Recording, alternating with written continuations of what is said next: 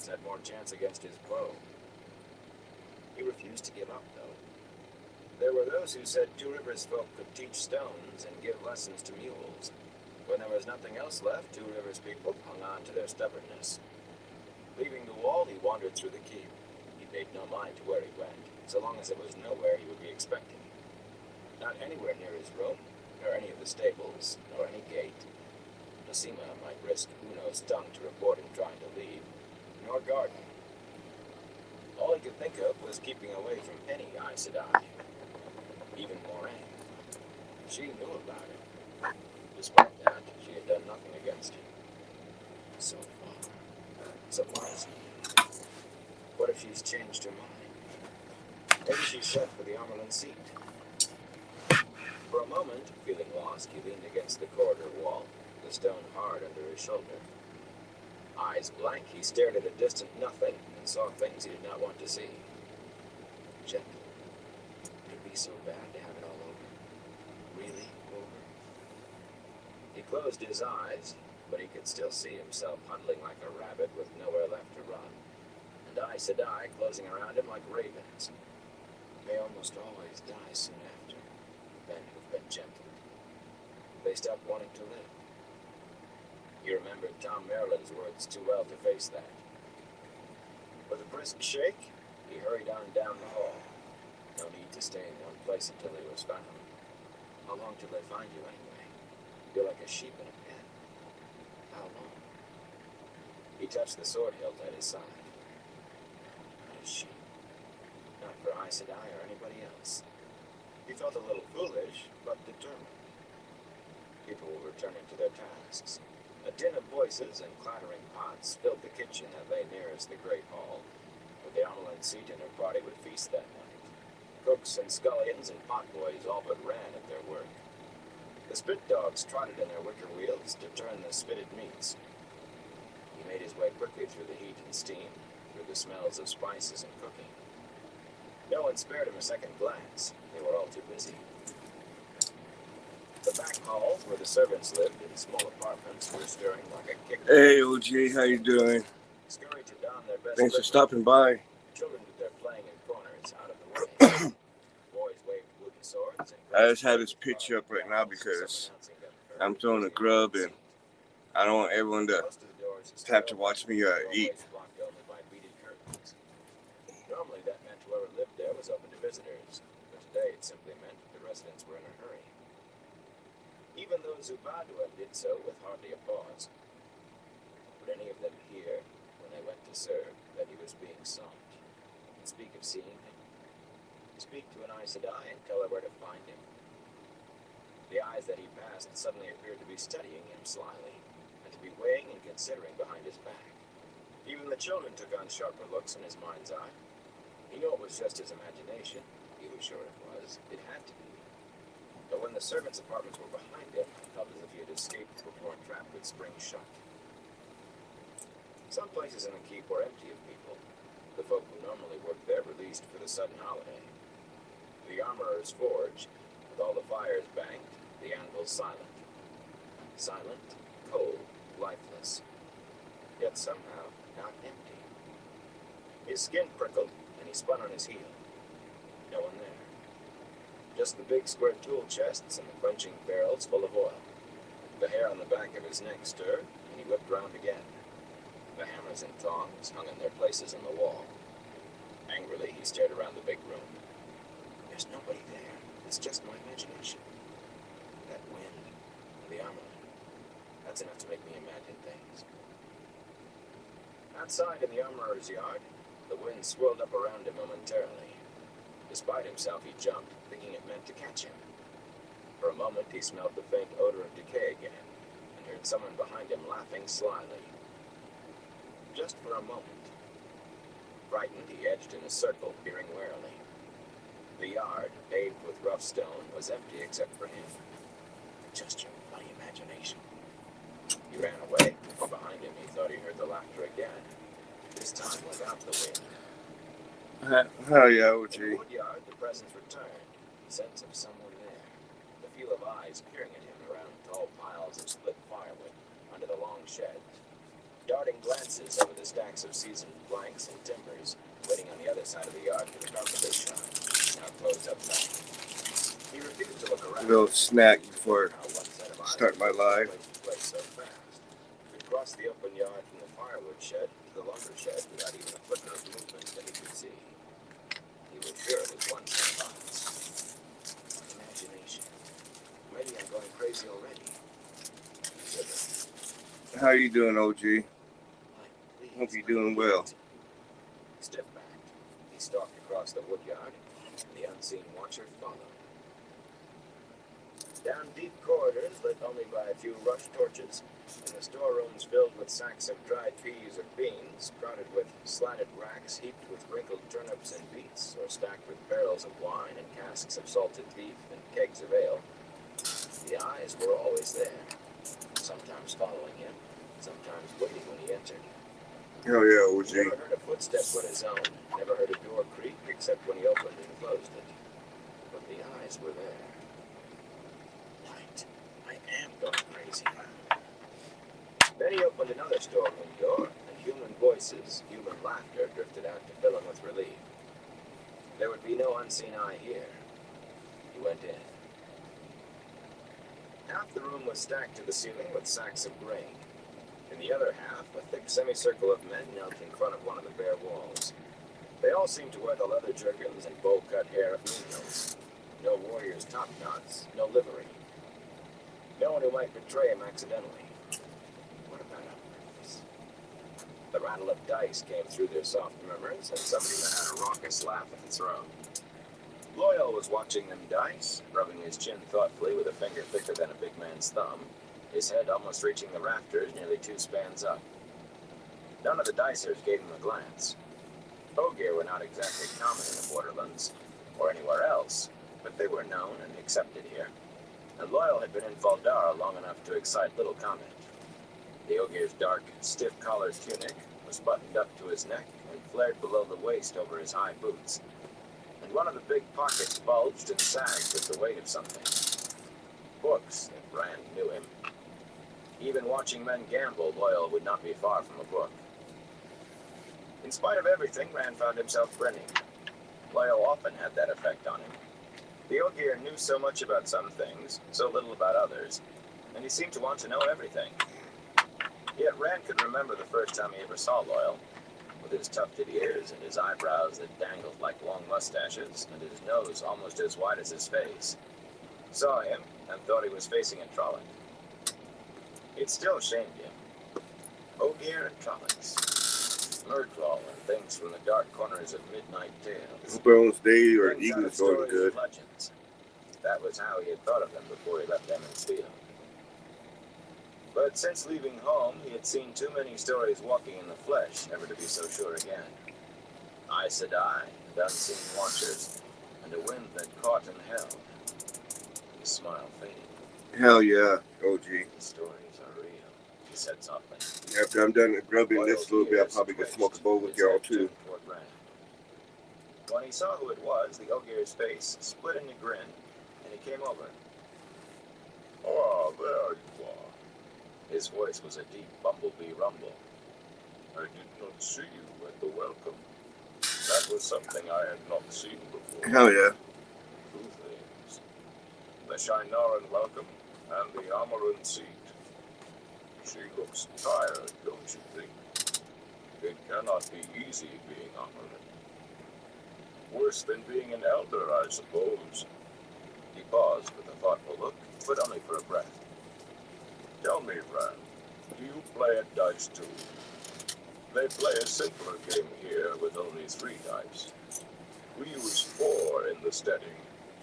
They won't let me play, you know. They just say glory to the builders and will not bet against me. I don't think that's fair, do you? The dice they use are rather small. He frowned at one of his hands, big enough to cover a human head. But I still think. Rand grabbed his arm and cut him off. The builders. Loyal. Ogier built Valdara, didn't he? You know any way out except by the gates? A crawl hole, a drain pipe, anything at all? If it's big enough for a man to wiggle through. Out of the wind would be good too. Loyal gave a pained grimace, the ends of his eyebrows almost brushing his cheeks. Bran, Ogier built Buffalo the Daranel. The Bat City was destroyed in the Trolloc Wars. This, He touched the stone wall lightly with broad Hell fingers. yeah. was built by man. I can sketch a plan of Buffalo the Daranel. I saw the maps once in an old book in studying Shanghai. But of Faldara, I know no more than you.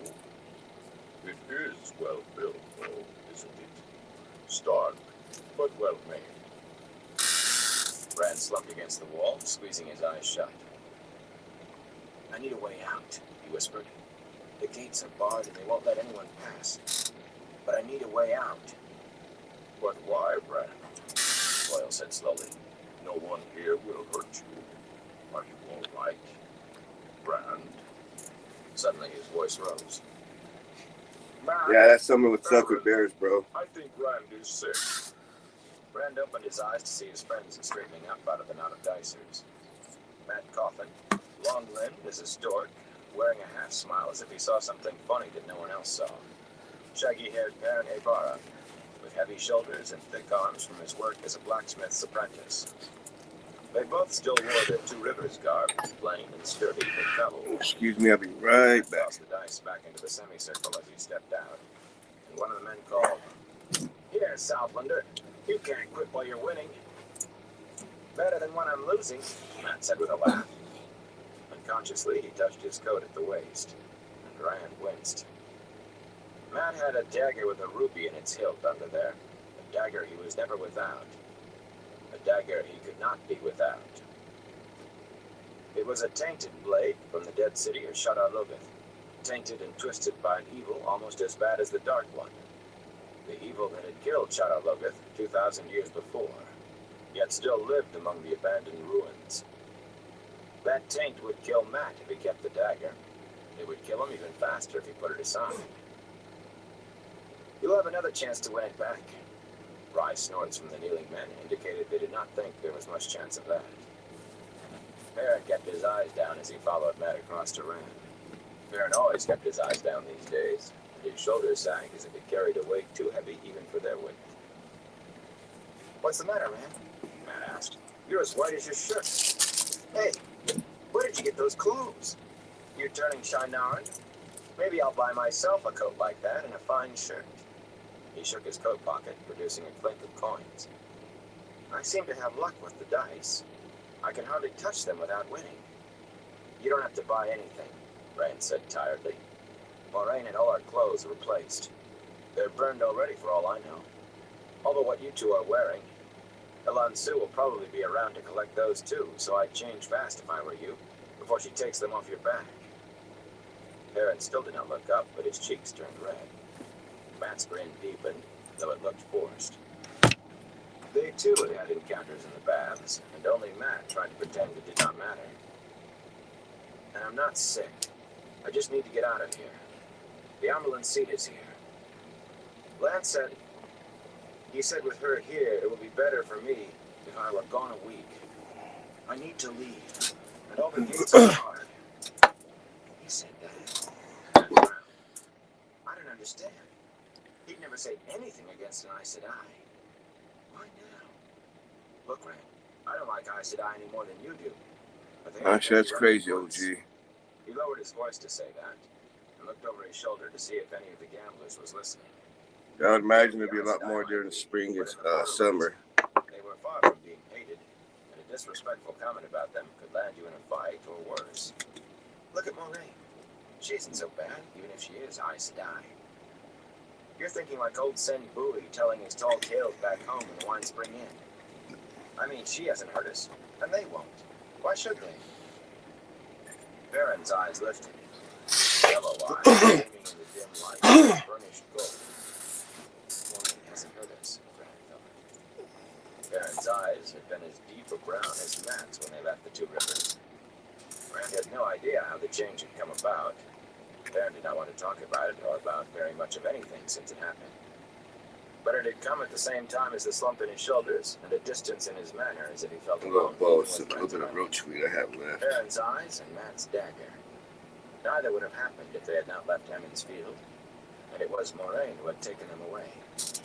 He knew that was not fair. They would probably all be dead at Trollocs' hands, and a good part of Emmons Field as well if she had not come to their village. But that did not make Perrin laugh the way he used to, or take the dagger from Matt's belt. And me. If I was home and still alive, would I still be what I am now? At least I wouldn't be worrying about what the Aes Sedai are going to do to me. Matt was still looking at him quizzically, and Perrin had raised his head enough to stare from under his eyebrows. Loyal waited patiently. Rand could not tell them why he had to stay away from the Amelin seat. They did not know what he was. Lan knew, and Moraine, and Egwene and Nynaeve. He wished none of them knew, and most of all he wished Egwene did not. But at least Matt and Perrin, and Loyal too, believed he was still the same. He thought he would rather die than let them know, than see the hesitation and worry he saw in Egwene's eyes and Nynaeve's, even when they were trying their best. Somebody watching me, he said finally, following me. Only there's nobody there. Perrin's head jerked up, and Matt licked his lips and whispered, "Evade." Of course not, Loyal snorted. How could one of the Eyeless enter Fal Dara, town or keep? By law, no one may hide his face inside the town walls, and the lamplighters are charged with keeping the lights at night, so there isn't a shadow for a Myrddraal to hide in. It could not happen. Walls don't stop the thing, Matt muttered. Not when it wants to come in. I don't know as laws and lamps will do any better. He did not sound like someone who had half thought Fades were only Gleeman's tales less than half a year before. He had seen too much too. And there was the wind, Matt added.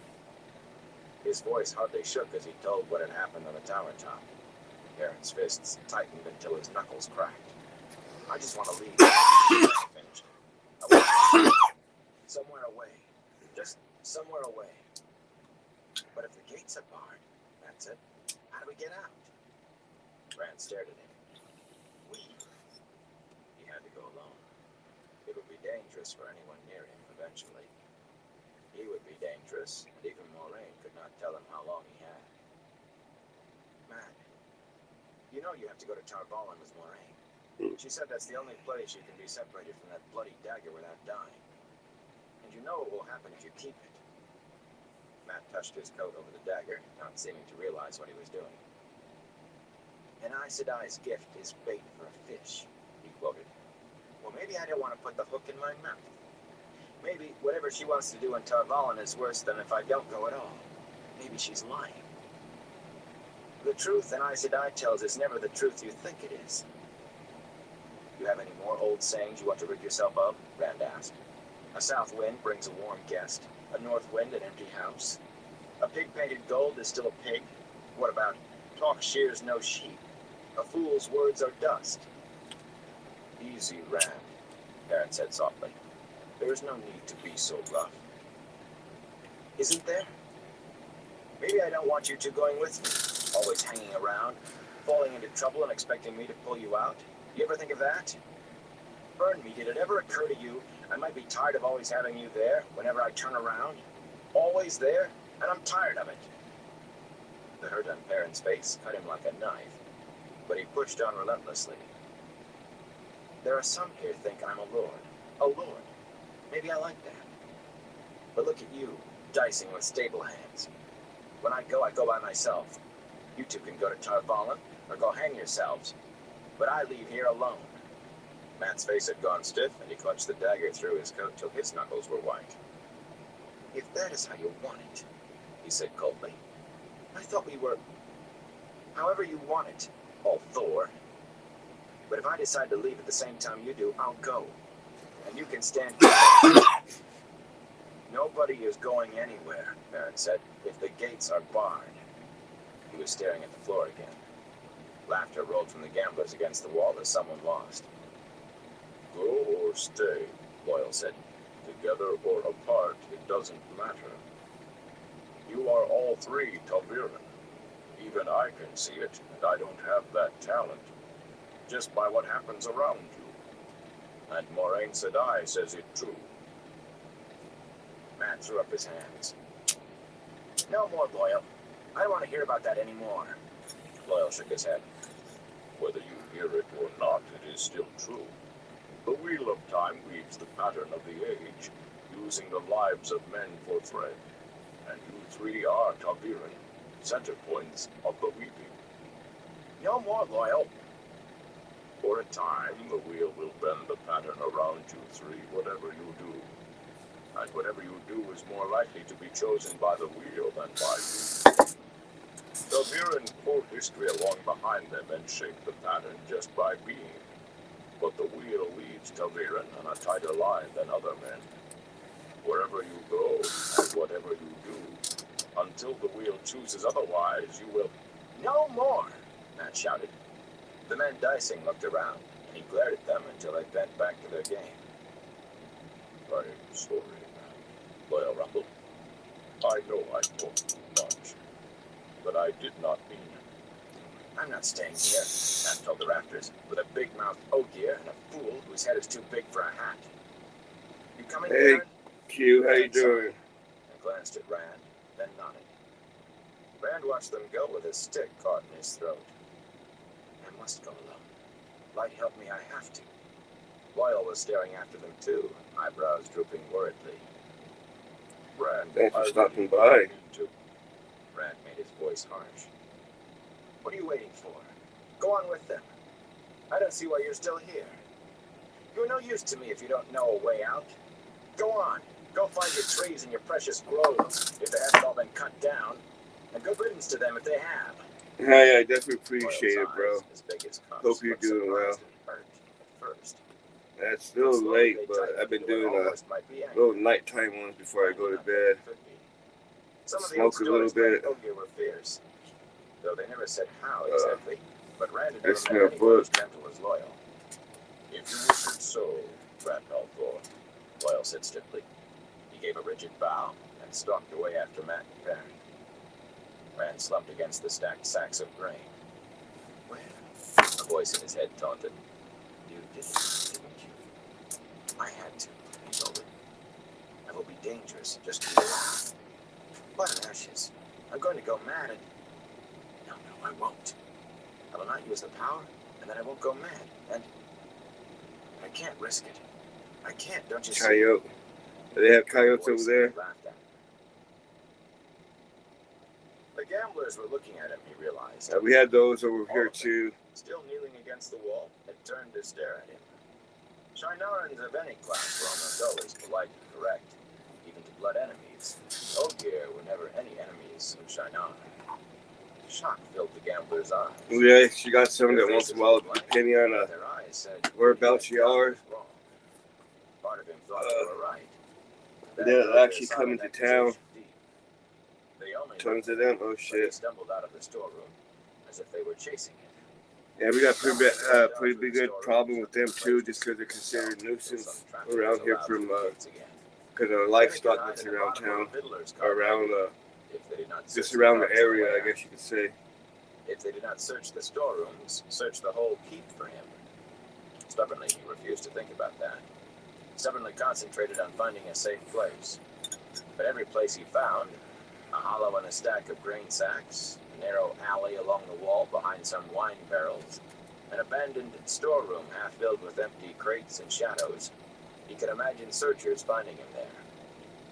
He could imagine that unseen watcher, whoever it was, or whatever, finding him there too. So he hunted on, thirsty and dusty and with cobwebs in his hair.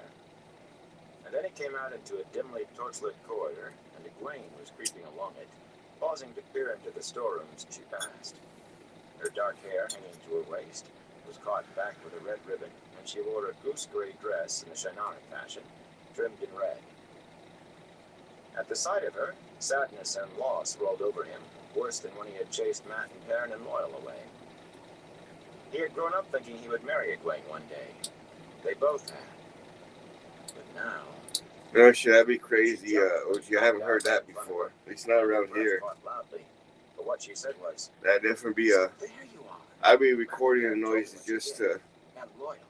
be able to show people what it sounds like. Or let them listen to it, should I say. She crossed her arms under her breasts. Yeah, that would be freakish. When you're out by yourself, you can hear that She shit. always wondered how she managed to seem to be looking down at him. Not sure how to react. Although she was only as tall as his chest, and 2 years younger besides. Good, he said. Her hair suddenly made him angry. He had never seen a grown woman with her hair unbraided until they left the Two Rivers. There, every girl waited eagerly for the women's circle of her village to say she was old enough to braid her hair. Egwene certainly had. Here she was with her hair loose except for a ribbon. I'm gonna go home and camp, and she can't wait to forget Emmons Field. You go away and leave me alone too. You don't want to keep company with a shepherd anymore. There are plenty of Aes Sedai here for you to moon around now. And don't tell any of them you saw me. They're after me, and I don't need you helping them. Bright spots of color bloomed in her cheeks. Do you think I would... He turned to walk away. She threw herself out and flung her arms around his legs. They both tumbled to the stone floor, his saddlebags and bundles flying. He grunted when he hit, sword hilt digging into his side, and again when she scrabbled up and plopped herself down on his back as if he were a chair. My mother, she said firmly, always told me the best way to learn to One second, was to everyone. learn to ride a mule. She said they have about equal brains most of the time. Sometimes the mule is smarter. He raised his head to look over his shoulder at her. Get off me, Egwene. Get off! Egwene, if you don't get off... He lowered his voice ominously. I'll do something to you. You know what I am. He added a glare for good measure. Egwene sniffed. You wouldn't if you could. You would not hurt anybody. But you can't anyway. I know you cannot channel the one power whenever you want.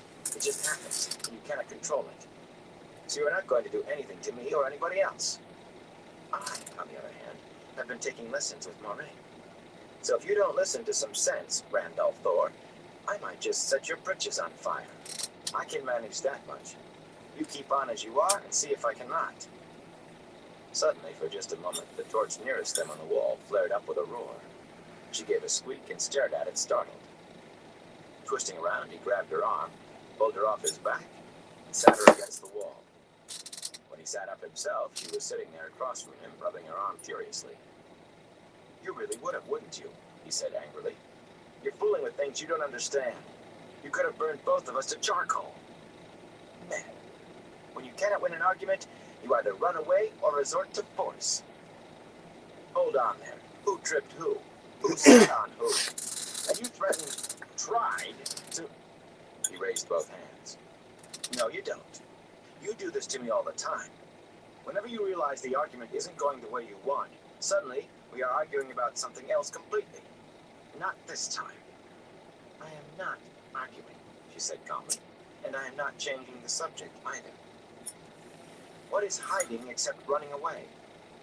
And after you hide, you'll run away for true. And what about hurting Matt and Perrin and Loyal? And me? I know why. You're afraid you will hurt somebody even worse if you let them stay near you. If you don't do what you shouldn't, then you don't have to worry about hurting anybody. All this running around and striking out, and you don't even know if there's a reason.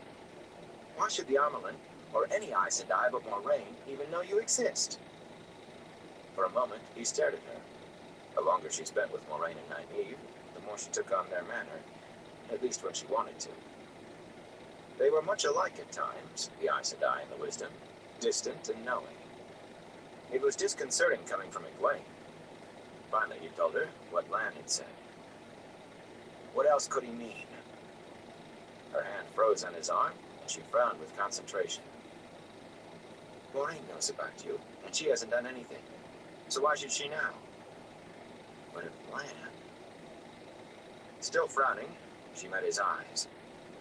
The storerooms are the first place they will look, if they do look. Until we find out if they are looking, we need to put you somewhere they would never think of searching.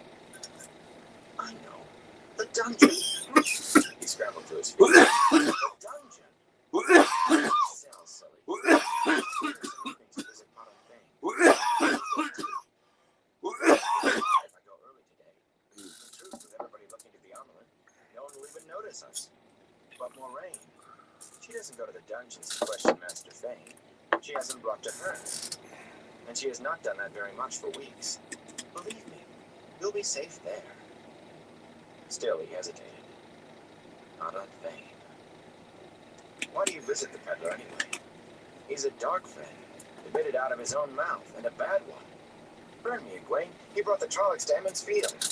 The Dark One's hound, he called it. And he has been sniffing on my trail since winter night.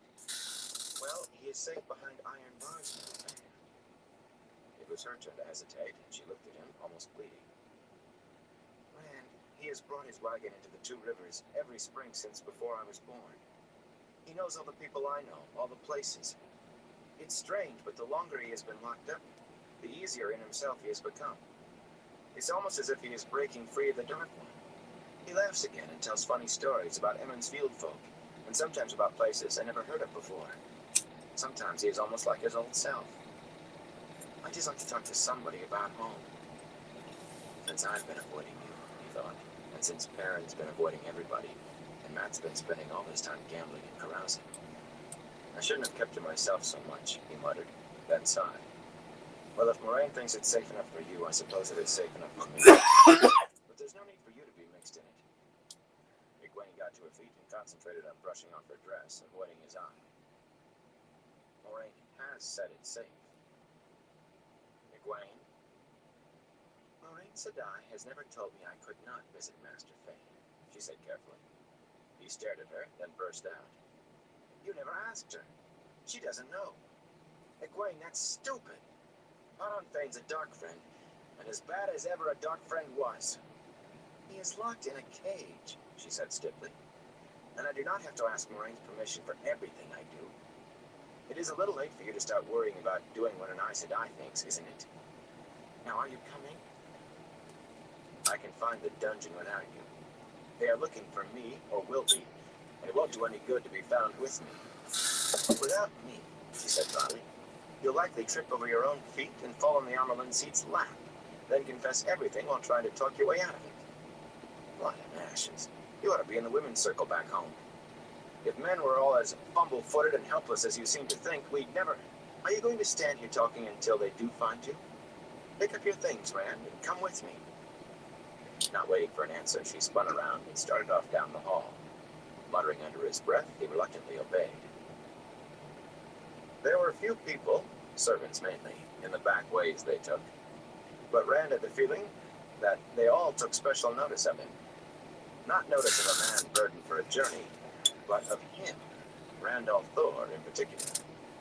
He knew it was his imagination. He hoped it was. But even so, he felt no relief when they stopped in a passageway deep beneath the keep, before a tall door with a small iron grill set in it, as thickly strapped with iron as any in the outer wall. A clapper hung below the grill. Through the grill, Rand could see bare walls and two top-knotted soldiers sitting bareheaded at a table with a lamp on it. One of the men was sharpening a dagger with long, slow strokes of a stone. His strokes never faltered when Egwene rapped with the clapper, a sharp clang of iron on iron. The other man, his face flat and sullen, looked at the door as if considering, before he finally rose and came over. He was stocky, barely tall enough to look through the cross-hatched bars. Oh, it's you again, Colonel. Come to see your dark friend? Who's that? He made no move to open the door. He's a friend of mine, Janku. He wants to see Master Fane, too. The man studied Rand, his upper lip quivering back to bare teeth. Rand did not think it was supposed to be a smile. Well, Janku said finally. Well, tall, aren't you? Tall, and fancy dressed for your kind. Somebody catch you young in the eastern marches and tame you. He slammed back the bolts and yanked open the door. Well, come in if you're coming. He took on a mocking tone. Take care not to bump your head, my lord. There was no danger of that. The door was tall enough for Loyal. Rand followed Egwene in, frowning and wondering if this Janku meant to make some sort of trouble. He was the first rude Shienaran Rand had met, and even Masima was only cold, not really rude. But the fellow just banged the door shut and rammed the heavy bolts home. They went to some shelves beyond the end of the table and took one of the lamps there. The other man never ceased stropping his knife, never even looked up from it. The room was bare except for the table and benches and shelves, with straw on the floor, and another iron-bound door leading deeper in. "You'll want some light, won't you?" Changu said. "In there in the dark with your dark friend?" He laughed, coarse and humorless, and lit the lamp. "He's waiting for you." He thrust the lamp at Egwene and undid the inner door almost eagerly. "Waiting for you. In there. In the dark." And paused uneasily. Changu. But Egwene caught his sleeve and pulled him out. The door slammed, almost immediately. The latch bars clanged. There was only the light of a small pool around them in the darkness.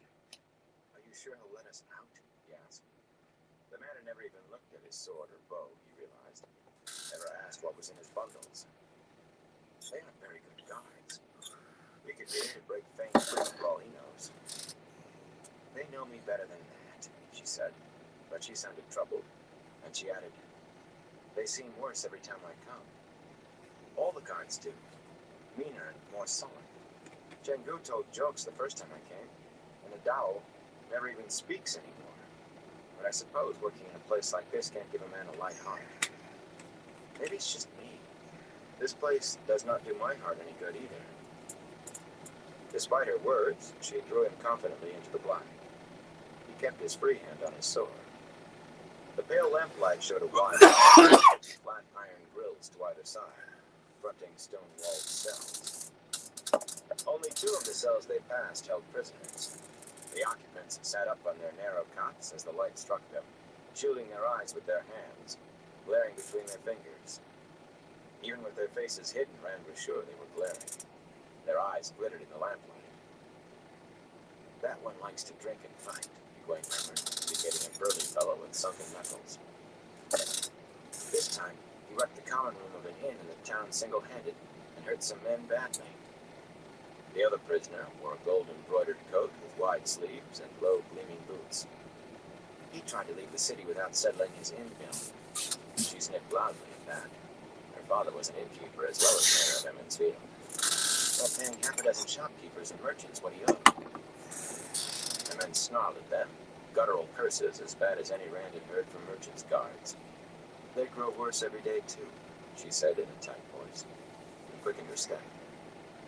She was enough ahead of him when they reached Badon Vane's cell at the very end that Rand was out of the light entirely. He stopped there, in the shadows behind her lamp. Vane was sitting on his cot, leaning forward expectantly as if waiting, just as Changu had said.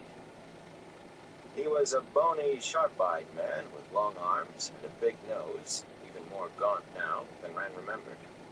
Not gaunt from the dungeon. The food here was the same as the servants ate, and not even the worst prisoner was shorted.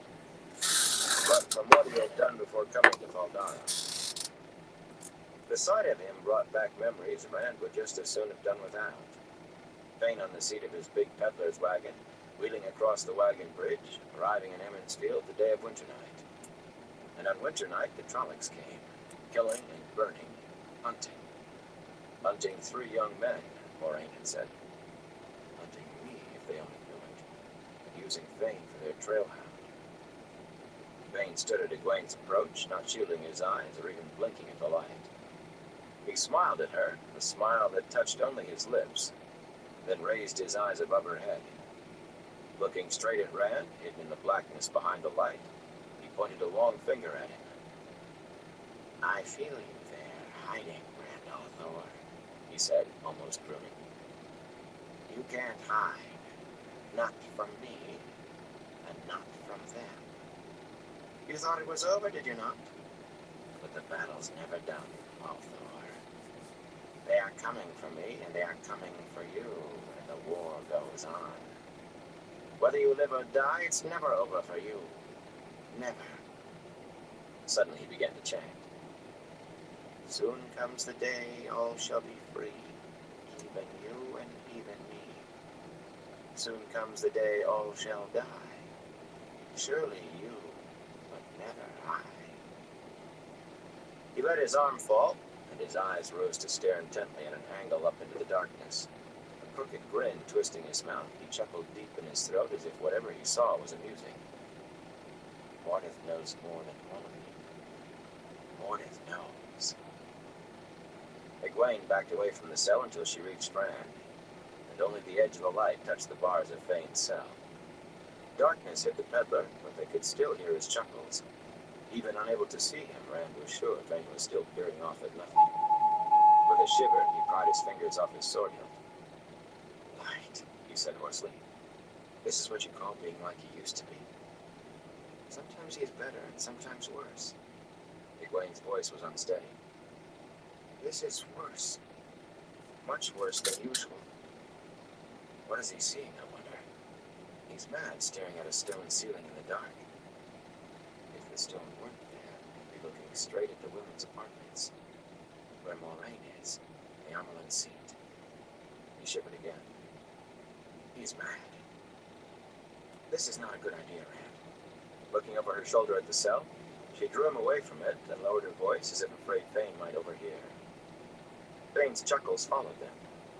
Even if they don't look here, I cannot stay here with him like this. And I do not think you should either. There's something about him today that... She drew a shaky breath. There's one place even safer from search than here. I did not mention it before because it was easier to get you in here. They will never look in the women's apartments. Never. The women's... Egwene. Fane may be mad, but you're madder. You can't hide from hornets in a hornet's nest. What better place? What is the one part of the keep no man will enter without a woman's invitation?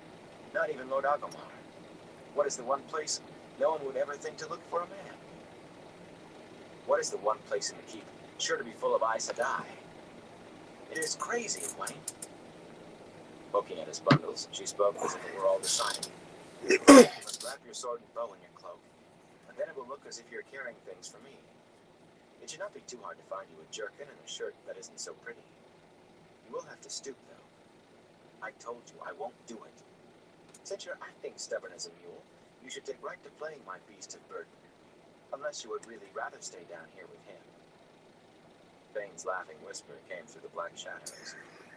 The battle's never done, Mordeth knows. I'd have a better chance jumping off the wall, Rand muttered. But he unslung his bundles and set about wrapping sword and bow and quiver, as she had suggested. In the darkness, Fane laughed. It's never over, Althor. Never. Chapter 4. Summoned. Alone in her rooms in the women's apartments, Moiraine adjusted the shawl embroidered with curling ivy and grapevines on her shoulders and studied the effect in the tall frame mirror standing in a corner. Her large, dark eyes could appear as sharp as a hawk's when she was angry. They seemed to pierce the silvered glass now. It was only happenstance that she had had the shawl in her saddlebags when she came to Fal Dara. With the blazing white flame of Tar Valon centered on the wearer's back, and long fringe colored to show her Adja, Moiraine's was as blue as a morning sky. The shawls were seldom worn outside Tar Valon, and even there usually only inside the White Tower. Little in Tar Valon besides a meeting of the hall of the tower called for the formality of the shawls, and beyond the shining walls, a sight of the flame would send too many people running, to hide, or perhaps to fetch the children of the light. A white cloak's arrow was as fatal to an Aes Sedai as to anyone else, and the children were too wily to let an Aes Sedai see the bowman before the arrow struck, while she still might do something about it. Moiraine had certainly never expected to wear the shawl in Fal Dara, but for an audience with the Amerlin, there were proprieties to observe. She was slender and not at all tall, and smooth-cheeked Aes Sedai agelessness often made her appear younger than she was, but Moiraine had a commanding grace and calm presence that could dominate any gathering. A manner ingrained growing up in the royal palace of Cairhien had been heightened, not submerged, by still more years as an Aes Sedai. She knew she might need every bit of it today. yet much of the calm was on the surface today. There must be trouble, or she would not have come herself, she thought for at least the 10th time. But beyond that lay 1,000 questions more. What trouble? And who did she choose to accompany her? Why here? Why now? It would not be allowed to go wrong now. The great serpent ring on her right hand caught the light dully as she touched the delicate golden chain fastened in her dark hair, which hung in waves to her shoulders. A small, clear blue stone dangled from the chain in the middle of her forehead. Many in the White Tower knew of the tricks she could do using that stone as a focus.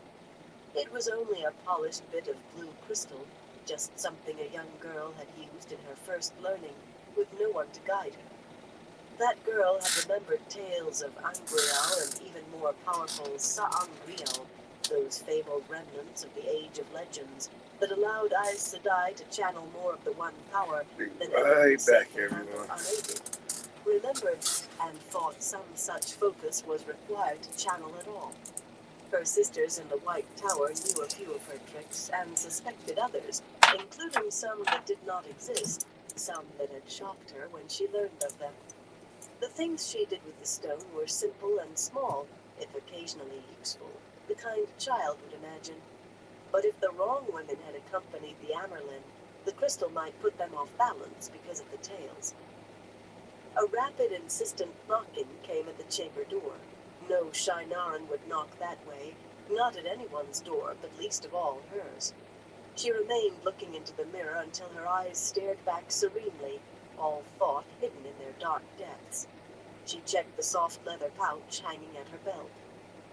Whatever troubles brought her out of Tar Valon, she will forget them when I lay this trouble before her. A second thumping, even more vigorous than the first, sounded before she crossed the room and opened the door with a calm smile for the two women who had come for her.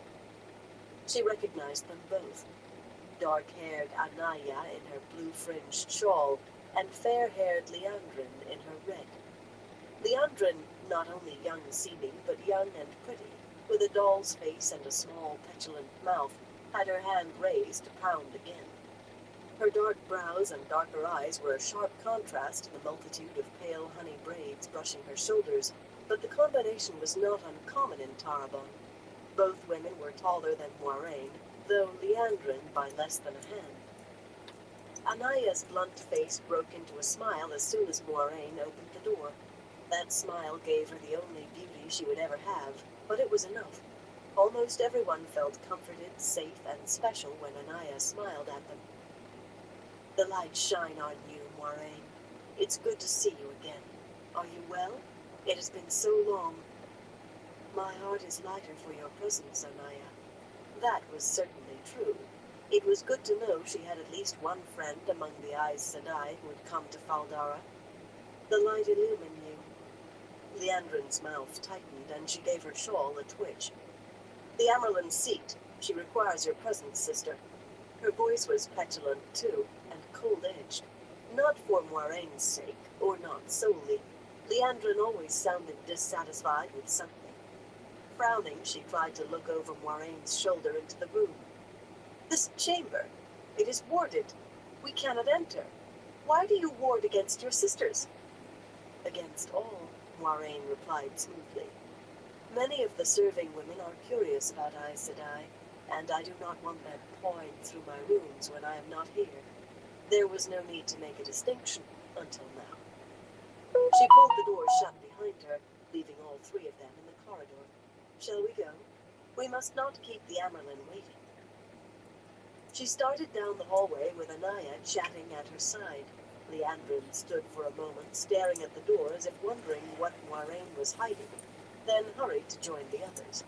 She bracketed Moiraine, walking as stiffly as a guard. Anaya merely walked, keeping company. Their slippered footsteps fell softly on thick-woven carpets with simple patterns.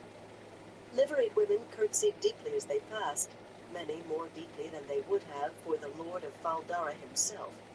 Aes Sedai, three together, and the Amerlin's seat herself in the keep. It was more honor than any woman of the keep had ever expected in her lifetime.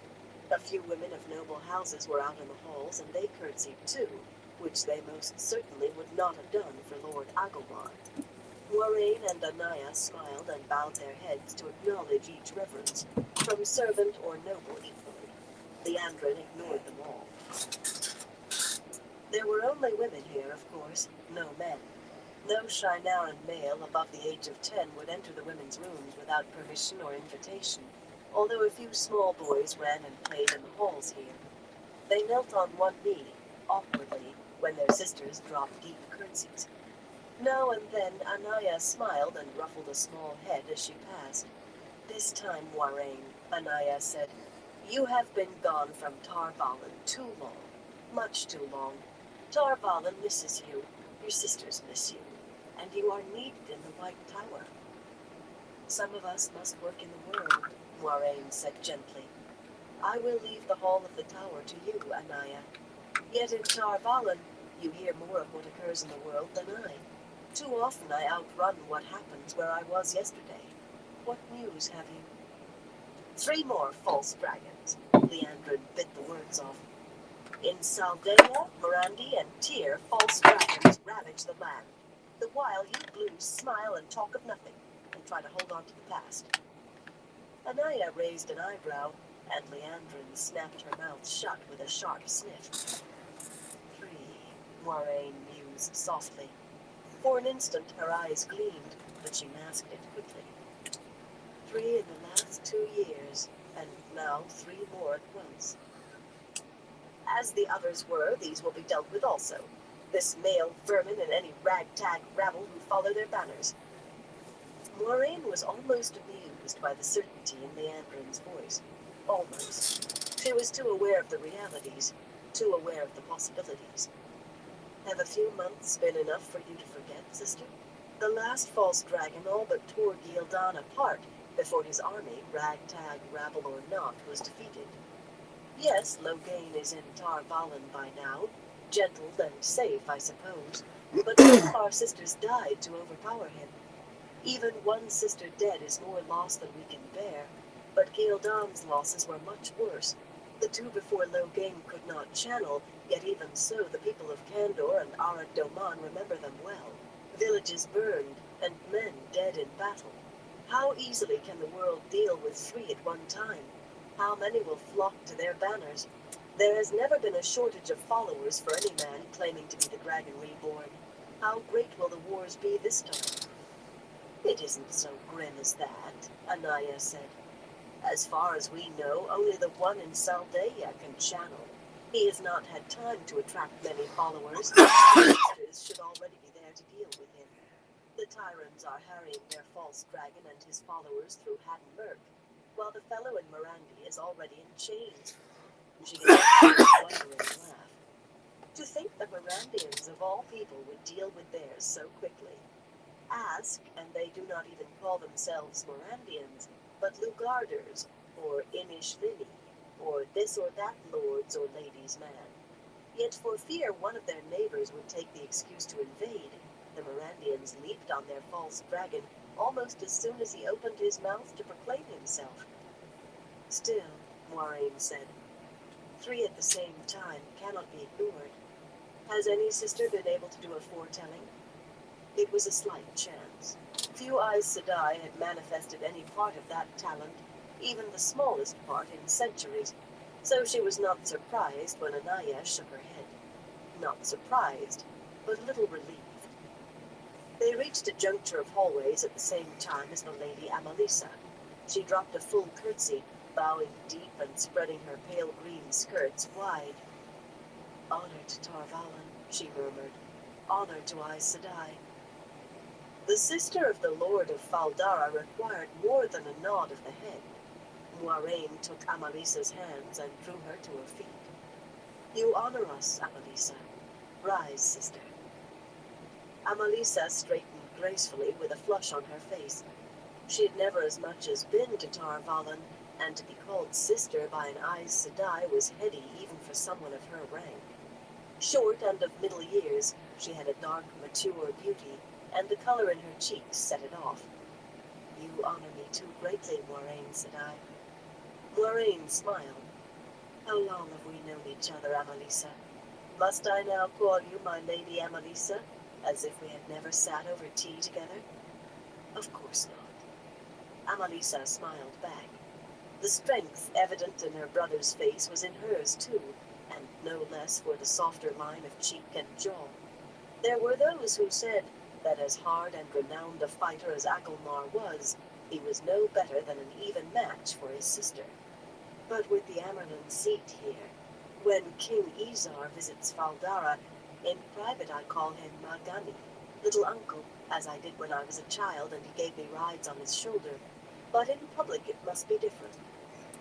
Anaya tisked. Sometimes formality is necessary, but men often make more of it than they must. Please, call me Anaya, and I will call you Amalisa if I may.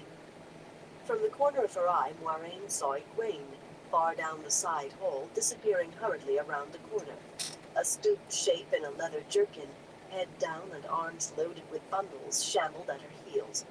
Moiraine permitted herself a small smile, quickly masked. If the girl shows as much initiative in Tar Valon, she thought wryly, she will sit in the Amerlin seat one day, if she can learn to control that initiative, if there is an Amerlin seat left on which to sit. When she turned her attention back to the others, Liandrin was speaking. And I would welcome the chance to learn more of your land. She wore a smile, open and almost girlish, and her voice was friendly. Moiraine schooled her face to stillness as Amalisa extended an invitation to join her and her ladies in her private garden, and Liandrin accepted warmly. Liandrin made few friends, and none outside the Red Aja. Certainly never outside the Aes Sedai. She would sooner make friends with a man or a Trolloc.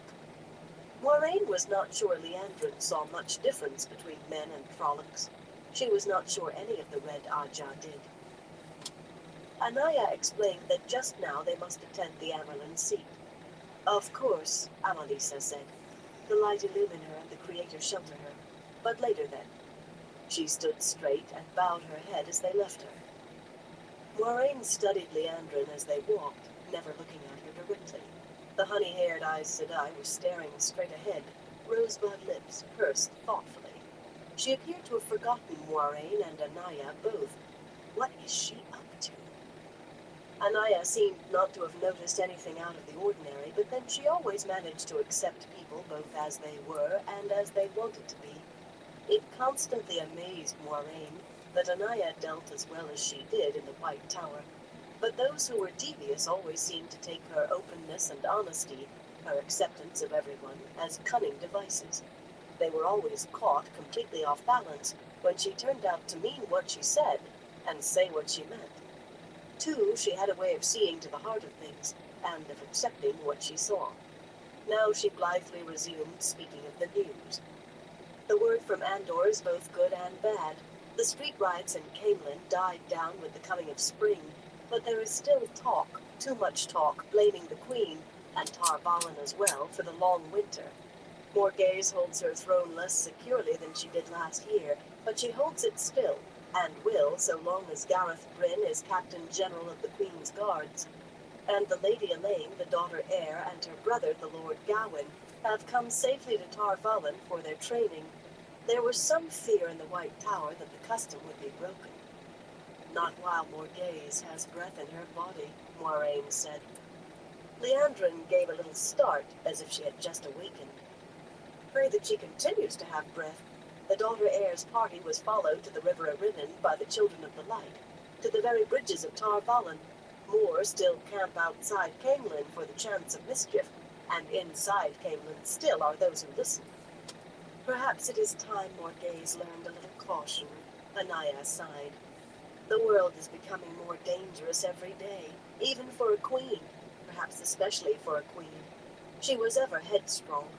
I remember when she came to Tar Valon as a girl.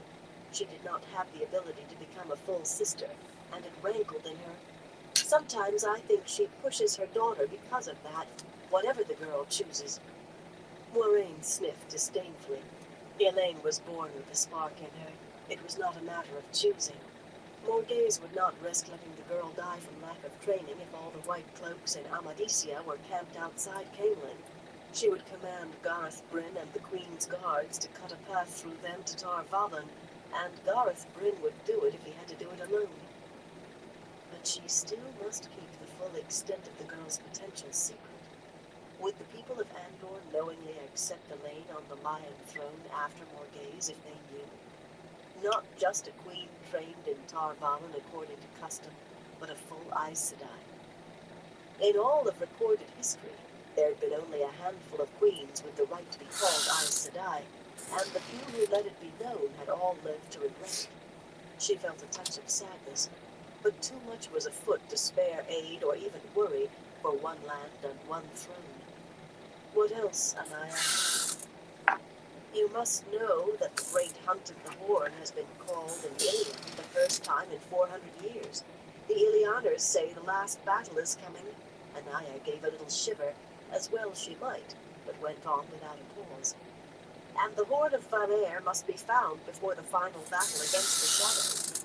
Men from every land are already gathering, all eager to be part of the legend, eager to find the Horde. Morandi and Altara are on their toes, of course, thinking it's all a mask for a move against one of them. That is probably why the Morandians caught their false dragon so quickly. In any case, there will be a new lot of stories for the bards and gleemen to add to the cycle. The light said in his only new stories. Perhaps not the stories they expect, Moiraine said. Liandrin looked at her sharply, and she kept her face still. I suppose not, Anaya said placidly. The stories they least expect will be exactly the ones they will add to the cycle. Beyond that, I have only rumor to offer. The sea folk are agitated, their ships flying from port to port with barely a pause. Sisters from the islands say the Karamor, their chosen one, is coming, but they won't say more. You know how close-mouthed the Atha an Mier are with outsiders about the Karamor, and in this our sisters seem to think more as sea folk than Aes Sedai. The Aiel appear to be stirring too, but no one knows why. No one ever knows with the Aiel. At least there is no evidence they mean to cross the spine of the world again, thank the light. She sighed and shook her head. What would I not give for even one sister from among the Aiel? Just one. We know too little of them. Moiraine laughed. Sometimes I think you belong in the Brown Aja, Anaya. Almond Plain, Liandrin said, and looked surprised that she had spoken. Now that truly is rumor, sister, Anaya said. A few whispers heard as we were leaving Tar Valon. There may be fighting on Almond Plain and perhaps Toman Head as well. I say maybe. The whispers were faint. Rumors of rumors. We left before we could hear more. It would have to be Tarabon and Arad Doman, Moiraine said, and shook her head. They have squabbled over Almond Plain for nearly 300 years, but it has never come to open blows. She looked at Liandrin. Aes Sedai were supposed to throw off all their old loyalties to lands and rulers, but few did so completely. It was hard not to care for the land of your birth. Why would they now? Enough of idle talk, the honey-haired woman broke in angrily. For you, Moiraine, the Amyrlin waits. She took 3 quick strides ahead of the others and threw open one of a pair of tall doors. For you, the Amyrlin will have no idle talk. Unconsciously touching the pouch at her waist, Moiraine went past Liandrin through the doorway with a nod, as if the other woman were holding the door for her. She did not even smile at the white flash of anger on Liandrin's face. What is the wretched girl up to?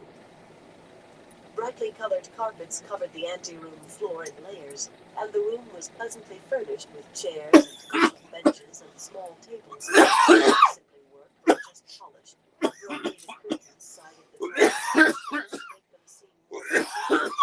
No fires burned in the fireplaces. The day was warm, and the Shienaran chill would not come until nightfall. Fewer than half a dozen of the Aes Sedai would accompany the there. Varen Mathwin and Seraphel of the Brown Aja did not look up at Moiraine's entrance. Seraphel was intently reading an old book with a worn, faded leather cover, handling its tattered pages carefully, while plump Varen, sitting cross-legged beneath an arrow slit, held a small blossom up to the light and made notes and sketches in a precise hand. in a book balanced on her knee. She had an open ink pot on the floor beside her and a small pile of flowers on her lap. The Brown sisters concerned themselves with little besides seeking knowledge. Lorraine sometimes wondered if they were really aware of what was going on in the world, or even immediately around them. The three other women already in the room turned, but they made no effort to approach Moiraine, only looked at her. One, a slender woman of the yellow Ajah, she did not know. She spent too little time in Tar Valon to know all the Aes Sedai, although their numbers were no longer very great. She was acquainted with the two remaining, however. Carlinia was as pale of skin and cold of manner as the white fringe on her shawl, the exact opposite in every way of dark, fiery Alana Mosbarni of the Green. But they both stood and stared at her without speaking, without expression. Alana sharply snugged her shawl around her, but Carlinia made no move at all. The slender yellow sister turned away with an air of regret. "The light illumine you all, sisters," Moiraine said. No one answered. She was not sure Seraphel or Varen had even heard. Where are the others? There was no need for them all to be there. Most would be wounds, freshing from the journey. But she was on edge now, all the questions she could not ask running through her head. None of it showed on her face. The inner door opened and Lyanna appeared without her gilt-flamed staff. The Keeper of the Chronicles was as tall as most men, willowy and graceful, still beautiful, with coppery skin and short dark hair. She wore a blue stole a hand wide instead of a shawl, for she sat in the hall of the tower, though as keeper, not to represent her Ajah. "There you are," she said briskly to Moiraine, and gestured to the door behind her. "Come, sister, the Amyrlin seat is waiting." She spoke naturally in a clipped, quick way that never changed, whether she was angry or joyful or excited. As Moiraine followed Lyanna in, she wondered what emotion the keeper was feeling now. Lyanna pulled the door to behind them. It banged shut with something of the sound of a cell door closing. The Amyrlin seat herself sat behind a broad table in the middle of the carpet, and on the table rested a flattened cube of gold, the size of a travel chest, and ornately worked with silver. The table was heavily built, its legs stout, but it seemed to squat under a weight two strong men would have had trouble lifting. At the sight of the golden cube, Moiraine had difficulty keeping her face unruffled. The last she had seen of it, it had been safely locked in Agilmar's strong room. On learning of the Amyrlin seat's arrival, she had meant to tell her of it herself. That it was already in the Amyrlin's possession was a trifle, but a worrisome trifle. Events could be outpacing her. She swept a deep curtsy and said formally, "As you called me, Mother, so have I come." The Amyrlin extended her hand, and Moiraine kissed her great serpent ring, no different from that of any other Aes Sedai. Rising, she made her tone more conversational, but not too much so. She was aware of the keeper standing behind her, beside the door. "I hope you had a pleasant journey, Mother." The Amyrlin had been born in Tyr of a simple fisherman's family, not a noble house, and her name was Siuan Sanche, though very few had used that name or even thought of it in the 10 years since she had been raised from the hall of the tower. She was the Amyrlin seat, that was the whole of it. The broad stole on her shoulders was striped in the colors of the 7 Ajahs. The Amyrlin was of all Ajahs and of none. She was only of medium height, and handsome rather than beautiful, but her face held a strength that had been there before her elevation, the strength of the girl who had survived the streets of the Mall, Tyr's port district, and her clear blue gaze had made kings and queens, and even the captain commander of the Children of the Light, drop their eyes. Her own eyes were strained now, and there was a new tightness to her mouth. "We called the winds to speed our vessels up the Erenin, daughter, and even turned the currents to our aid." The Amyrlin's voice was deep and sad. "I have seen the flooding we caused in villages along the river, and the light only knows what we have done to the weather. We will not have endeared ourselves by the damage we've done and the crops we may have ruined, all to reach here as quickly as possible." Her eyes strayed to the ornate golden cube, and she half lifted a hand as if to touch it. but when she spoke, it was to say, Elida is in Tar Valon, daughter. She came with Elaine and Gawain. Moiraine was conscious of Lyanna standing to one side, quiet as always in the presence of the Amyrlin, but watching and listening. I am surprised, Mother, she said carefully. This is no time for Morghese to be without Aes Sedai counsel. Morghese was one of the few rulers to openly admit to an Aes Sedai counselor. Almost all had one, but few admitted it. Elida insisted, daughter, and queen or not, I doubt Morghese is a match for Elida in a contest of wills. In any case, perhaps this time she did not wish to be. Elaine has potential, more than I've ever seen before. Already she shows progress. The Red Sisters are swollen up like puffish with it. I don't think the girl leans to their way of thinking, but she is young and there is no telling. Even if they don't manage to bend her, it will make little difference. Elaine could well be the most powerful Aes Sedai in 1,000 years, and it is the Red Ajah who found her. They have gained much status in the hall from the girl. I have 2 young women with me in Fal Dara, Mother, Moiraine said. Both from the 2 rivers, where the blood of Manetheren still runs strong, though they do not even remember there was once a land called Manetheren. The old blood sings, Mother, and it sings loudly in the 2 rivers. Egwene, a village girl, is at least as strong as Elaine. I have seen the daughter heir, and I know. As for the other, Nynaeve was the wisdom in their village, yet she is little more than a girl herself. It says something of her that the women of her village chose her wisdom at her age. Once she gains conscious control of what she now does without knowing, she will be as strong as any in Tar Valon. With training, she will shine like a bonfire beside the candles of Elaine and Egwene. And there is no chance these 2 will choose the Red. They are amused by men, exasperated by them, but they do like them. They will easily counter whatever influence the Red Ajah gains in the White Tower from finding Elaine. The Amyrlin nodded as if it were all of no consequence.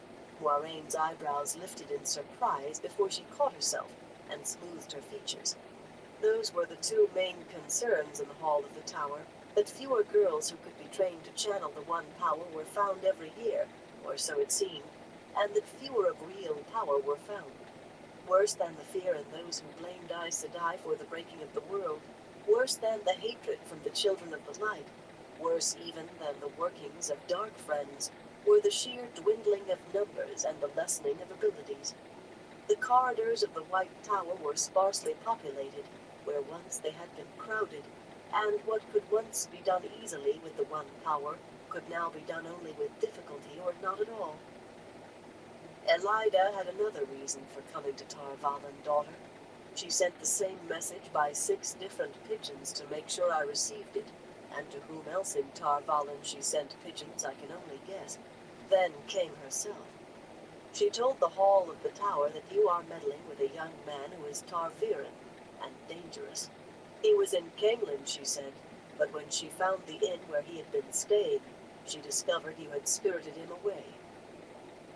The people at that inn served us well and faithfully, Mother.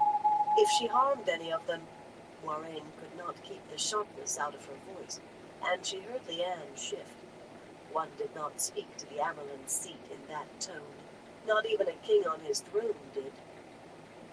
You should know, daughter, the Amyrlin said dryly, that Elida harms no one except those she considers dangerous, dark friends, or those poor fool men who try to channel the one power, or one who threatens Tar Valon. Everyone else who isn't Aes Sedai might as well be pieces on a stone's board as far as she is concerned. Luckily for him, the innkeeper, one Master Gil, as I remember, apparently thinks much of Aes Sedai, and so answered her questions to her satisfaction. Elida actually spoke well of him, but she spoke more of the young man you took away with you. More dangerous than any man since Arthur Hawkwing, she said. She has the foretelling sometimes, you know, and her words carried weight with the hall. For Lyanna's sake, Moiraine made her voice as meek as she could. That was not very meek, but it was the best she could do. I have 3 young men with me, Mother, but none of them is a king, and I doubt very much if any of them even dreams of uniting the world under one ruler. No one has dreamed Arthur Hawkwind's dream since the War of the 100 Years. Yes, daughter. Village youths, so Lord Agilmar tells me, but one of them is Tavirin. The Ammerland's eyes strayed to the flattened cube again. It was put forward in the hall that you should be sent into retreat for contemplation. This was proposed by one of the sitters for the Green Ajah, with the other 2 nodding approval as she spoke. Lyanna made a sound of disgust, or perhaps frustration. She always kept in the background when the Ammerland seat spoke, but Moiraine could understand the small interruption this time. The Green Ajah had been allied with the Blue for 1,000 years. Since Arthur Hawkwind's time, they had all been spoken with one voice. I have no desire to hoe vegetables in some remote village, Mother, nor will I, whatever the Hall of the Tower says. It was further proposed also by the Greens that your care during your retreat should be given to the Red Ajah. The Red sitters tried to appear surprised, but they looked like fisher birds who knew the catch was unguarded. The Ammerland sniffed. The Reds professed reluctance to take custody of one not of their Ajah, but said they would accede to the wishes of the Hall. Despite herself, Moiraine shivered. That would be most unpleasant, Mother. It would be worse than unpleasant, much worse. The Reds were never gentle. She put the thought of it firmly to one side to deal with later. Mother, I cannot understand this apparent alliance between the Greens and the Reds. Their beliefs, their attitudes toward men, their views of our very purposes as Aes Sedai are completely opposite. A Red and a Alright, Green everyone. cannot even I'm gonna talk call to it each other into without this coming to live shots. for right now. Things Probably be on change, around the same daughter. time tomorrow again. 4 of the last 5 I women want to Maze thank everyone Aislinn who have stopped sons. by and chilled for a little bit. They Perhaps did. they feel that is too many. Definitely Or appreciate even all their y'all. way of thinking no Till longer next time, everyone. suffices in a Stay world safe. full of false dragons. After 1,000 years, many things